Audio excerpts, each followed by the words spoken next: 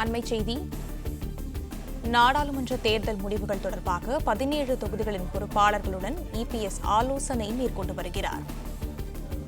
இதை பற்றின மேலும் விவரங்களை எமது செய்தியாளர் ராஜகுமரன் வழங்க கேட்கலாம். ராஜகுமரன், வணக்கம். விவரங்கள் என்ன பகிரலாம்? மக்களவை தேர்தல் முடிவுகள் வெளியான பிறகு அதிமுக சார்பில் 2 கட்டங்களாக தொடர்ச்சியான இந்த சந்திப்புகள் நடைபெற்று வருகின்றன. ஒவ்வொரு தொகுதியிலும் போட்டியிட்ட வேட்பாளர், அந்த தொகுதியில் தேர்தல் பணிகளை மேற்கொண்டிருந்த தேர்தல் பொறுப்பாளர்கள், அந்த மாவட்டத்தினுடைய மாவட்ட செயலாளர் உள்ளிட்ட நிர்வாகிகள் இணைந்து அதிமுக பொதுச் செயலாளர் எடப்பாடி பழனிசாமிக்கு முன்பாக தோல்விக்கான காரணம் தொடர்பாக எடுத்து கூறி வருகின்றார்கள். அதன்படி ஏற்கனவே முதல் கட்டமாக 8 நாட்கள் வரை சந்திப்புகள் நடைபெற்றிருந்தன. தற்பொழுது 2ஆம் கட்ட சந்திப்பு தொடங்கி இருக்கின்றது.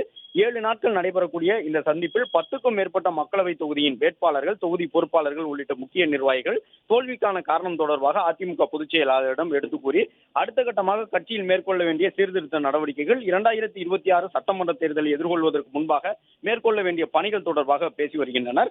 அதன்படி நடைபெற்று முடிந்த மக்களவைத் தேர்தலில் அதிமுக 3வது இடத்திற்கு தள்ளப்பட்ட 11 தொகுதிகளில் ஒன்றாகவும், அதிமுக டெபாசிட் என்று சொல்லப்படக்கூடிய கட்டுத்தொகையை இழந்த 7 தொகுதிகளில் ஒன்றாகவும் இருக்கக்கூடிய தேனி மக்களவை தொகுதியினுடைய வேட்பாளராக போட்டியிட்ட நாராயணசாமி உள்ளிட்ட நிர்வாகிகள் தற்பொழுது தேனி மக்களவை தொகுதியில் அதிமுகவிற்கு ஏற்பட்ட தோல்விக்கான காரணம் தொடர்பாக பொதுச் செயலாளர் எடப்பாடி பழனிசாமி மற்றும் மூத்த நிர்வாகிகளாக இருக்கக்கூடிய எஸ்பி வேலுமணி, கேபி முனுசாமி, அவைத்தலைவர் தமிழ்மகன் உசேன் உள்ளிட்டோருக்கு முன்பாக விளக்கம் அளித்து வருகின்றார்கள். தேனி தொகுதியில் ஏற்பட்ட தோல்விக்கான காரணம் தொடர்பாக கூறக்கூடிய அவர்கள் கட்சி ரீதியாக தேனி மாவட்டத்தில் மேற்கொள்ள வேண்டிய பணிகள் தொடர்பாகவும் எடுத்து கூறி வருகின்றார்கள்.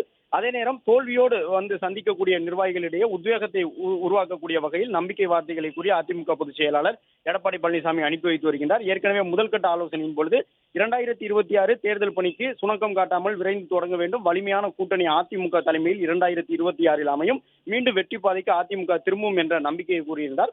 தற்பொழுது 2ஆம் கட்ட ஆலோசனை இன்று தொடங்கி 7 நாட்கள் நடைபெற உள்ள நிலையில் தற்போது தேனி மக்களவை தொகுதி நிர்வாகிகளும் இன்று பிற்பகல் ஆரணி மக்களவை தொகுதி நிர்வாகிகளும் பங்கேற்க உள்ளனர்.